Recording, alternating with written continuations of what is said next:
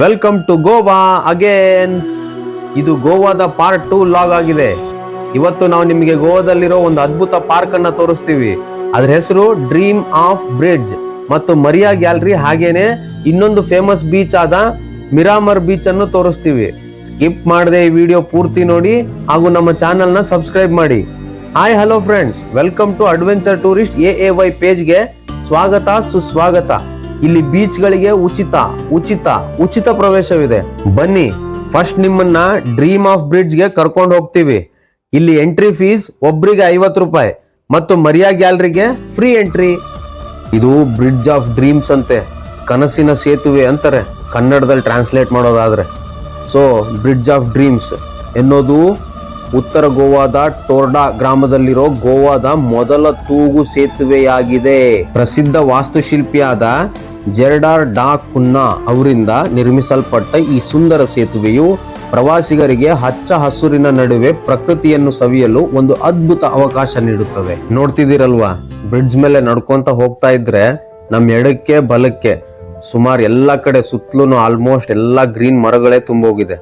ಎಲ್ಲಿ ನೋಡಿದ್ರು ಹಚ್ಚ ಹಸಿರೇ ಕಾಣುತ್ತೆ ನಮ್ ಕಣ್ಣಿಗೆ. ಜೆರಾರ್ಡ್ ಕುನ್ನಾ ಅವರು 2005ರಲ್ಲೇನೆ ಈ ರೀತಿಯಾದಂತ ಸುಂದರವಾದ ಬಲಿಷ್ಠವಾದ ಒಂದು ವೇವಿಂಗ್ ಬ್ರಿಡ್ಜ್ ನ ಇಲ್ಲಿ ಕನ್ಸ್ಟ್ರಕ್ಟ್ ಮಾಡಿದ್ರು. ಅದು with help of Nepal trip ಅಂತ ಮೆನ್ಷನ್ ಆಗಿದೆ. ಬಟ್ ಇದು ಅಂತೂ ನೋಡೋಕ್ ತುಂಬಾ ಚೆನ್ನಾಗಿದೆ.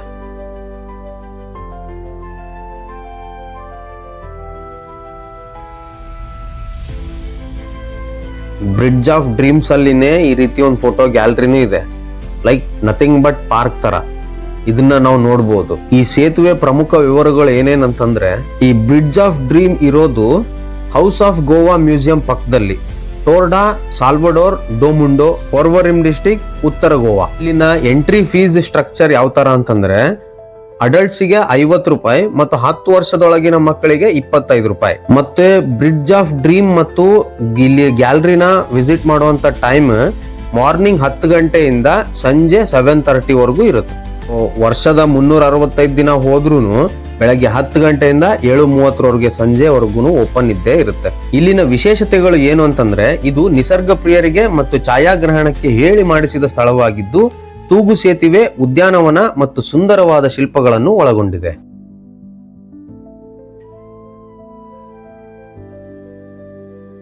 ಈಗ ನಾವು ಹೋಗ್ತಾ ಇದ್ದೀವಿ ಮಿರಾಮರ್ ಬೀಚ್ಗೆ.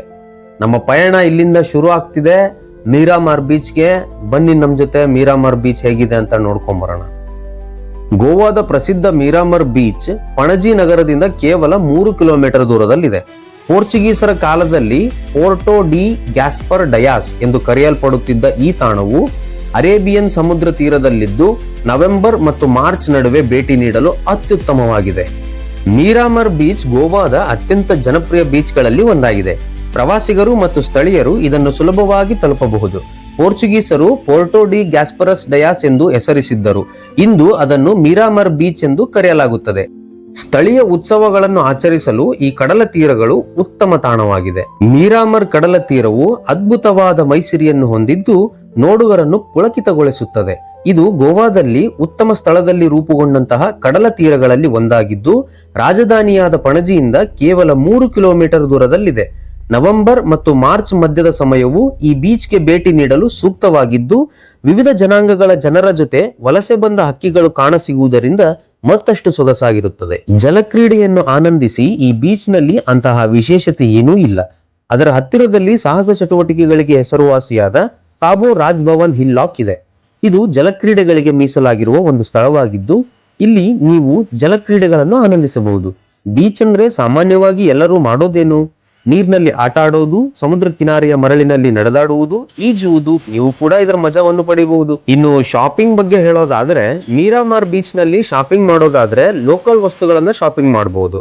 ಹ್ಯಾಟ್, ಸ್ಕಾರ್ಫ್, ಸಮುದ್ರದ ಚಿಪ್ಪಿನ ಬಳೆಗಳು, ಡಿಸೈನರ್ ಬಟ್ಟೆ, ಜ್ಯುವೆಲರಿ, ಶೋ ಪೀಸ್ಗಳು ಖರೀದಿಸಬಹುದು. ಇವುಗಳನ್ನೆಲ್ಲ ಸಮುದ್ರದ ಕಿನಾರೆಯಲ್ಲಿರುವ ಅಂಗಡಿಗಳಲ್ಲಿ ಮಾರಾಟ ಮಾಡುತ್ತಾರೆ. ನಿಮಗೆ ಇನ್ನಷ್ಟು ವಿಭಿನ್ನವಾಗಿರುವ ವಸ್ತುಗಳು ಬೇಕೆಂದ್ರೆ ನೀವು ಪಣಜಿಯಲ್ಲಿ ಹುಡುಕಬಹುದು. ಗೋವಾದ ಫುಡ್ ಟ್ರೈ ಮಾಡಿ. ಗೋವಾದ ತಿನಿಸುಗಳನ್ನು ಉತ್ತಮವಾಗಿ ನಿರ್ವಹಿಸಲಾಗಿರುವ ಲೋಕಲ್ ಶಾಪ್ ನಲ್ಲಿ ಟೇಸ್ಟ್ ಮಾಡಿ. ದಾರಿ ಬದಿಯ ಆಹಾರ ಸೇವಿಸುವ ಅಭ್ಯಾಸವಿದ್ದರಷ್ಟೇ ಇಲ್ಲಿಗೆ ಹೋಗಿ. ಇಲ್ಲವಾದರೆ ಉತ್ತಮವಾದ ಹೋಟೆಲ್ಗಳಲ್ಲಿ ಮಾತ್ರ ಗೋವಾದ ಆಹಾರದ ರುಚಿಯನ್ನು ಸವಿಯಿರಿ. ಬಾರ್ ಕ್ಲಬ್ಗಳು ಮಿರಾಮಾರ್ ಬೀಚ್ನಲ್ಲಿ ಕ್ಲಬ್ಗಳು ಮತ್ತು ಬಾರ್ಗಳು ಬಹಳಷ್ಟಿವೆ. ನೀವು ಉತ್ತಮ ರಾತ್ರಿ ಔತಣವನ್ನು ಹುಡುಕುತ್ತಿದ್ದರೆ ಉತ್ತಮ ಸೇವೆಗಳನ್ನು ಒದಗಿಸುವ ಪಣಜಿ ಅಥವಾ ಡೋನಾಪೌಲಾಗೆ ಹೋಗಬಹುದು. ಇವುಗಳು ಮಿರಾಮಾರ್ ಬೀಚ್ಗಿಂತಲೂ ಸ್ವಲ್ಪ ದುಬಾರಿ ಆಗಿದೆ. ದೊಡ್ಡೋರು ಹೇಳ್ತಿರ್ತಾರೆ, ಮನಸ್ಸು ಬೇಜಾರಾದಾಗ ಸಮುದ್ರ ತೀರಕ್ಕೆ ಹೋಗಿ ಒಂದ್ 10 ನಿಮಿಷ ಕೂತ್ರೆ ಸಾಕು, ಆ ನೆಮ್ಮದಿ ಎಲ್ಲ ಸಮುದ್ರ ಮತ್ತೆ ನಮ್ಮನ್ನು ಹುಡುಕೊಂಡ್ ತಗೊಂಬಂದ್ ನಮಗೆ ಕೊಟ್ಬಿಡುತ್ತೆ ಅಂತ. ಸೊ ಬೀಚ್ ನೋಡಿದಾಗೆಲ್ಲ ನನಗಂತೂ ಅದೇ ಅನ್ಸುತ್ತೆ. ನೀವು ಬೀಚ್ ವಿಸಿಟ್ ಮಾಡಿದಾಗ ನಿಮಗೆ ಅನ್ಸಿರುವಂತ ಅನಿಸಿಕೆಗಳನ್ನ, ನಿಮ್ಮ ಅನುಭವನ ಕಾಮೆಂಟ್ ಅಲ್ಲಿ ನಮಗೆ ತಿಳಿಸಿ. ಹಾಗೂ ಈ ವಿಡಿಯೋ ಬಗ್ಗೆ ನಿಮ್ಮ ಒಪಿನಿಯನ್ ಏನು ಅಂತ ಹೇಳಿ ಕಾಮೆಂಟ್ ಮಾಡಿ. ವಿಡಿಯೋ ಇಷ್ಟ ಆದ್ರೆ ಲೈಕ್ ಮಾಡಿ ಅಂಡ್ ಈ ವಿಡಿಯೋನ ಹೆಚ್ಚು ಜನರಿಗೆ ಶೇರ್ ಮಾಡಿ.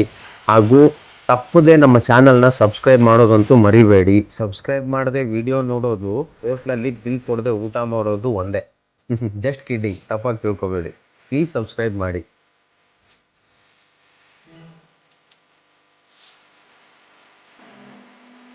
ಸೊ ನೋಡಿದ್ರಲ್ಲ ಸ್ನೇಹಿತರೆ, ನಮ್ಮ ಈ ಮಿರಾಮಾರ್ ಬೀಚ್ನ ವಿಸಿಟ್ ಈ ರೀತಿಯಾಗಿತ್ತು. ಇದೇ ರೀತಿ ಇನ್ನಷ್ಟು ಇಂಟ್ರೆಸ್ಟಿಂಗ್ ವಿಡಿಯೋಗಳ ಜೊತೆ ಮತ್ತೆ ನಿಮ್ಮನ್ನು ಭೇಟಿ ಮಾಡ್ತೀವಿ. ಅಲ್ಲಿವರೆಗೂ ಇದೇ ರೀತಿ ನಮ್ಮ ಚಾನಲ್ನ ಸಪೋರ್ಟ್ ಮಾಡ್ತಾ ಇರಿ. ಸಾಧ್ಯವಾದರೆ ಈ ವಿಡಿಯೋನ ಲೈಕ್ ಮಾಡಿ ಹಾಗೂ ಜನರಿಗೆ ಶೇರ್ ಮಾಡ್ತಾ ಇರಿ. ಮತ್ತೆ ಮುಂದೊಂದು ವಿಡಿಯೋದಲ್ಲಿ ಸಿಗೋಣ, ಆದರೆ ತಪ್ಪದೆ ಸಬ್ಸ್ಕ್ರೈಬ್ ಮಾಡಿ. ಅಲ್ಲಿವರೆಗೂ ಬಾಯ್ ಬಾಯ್.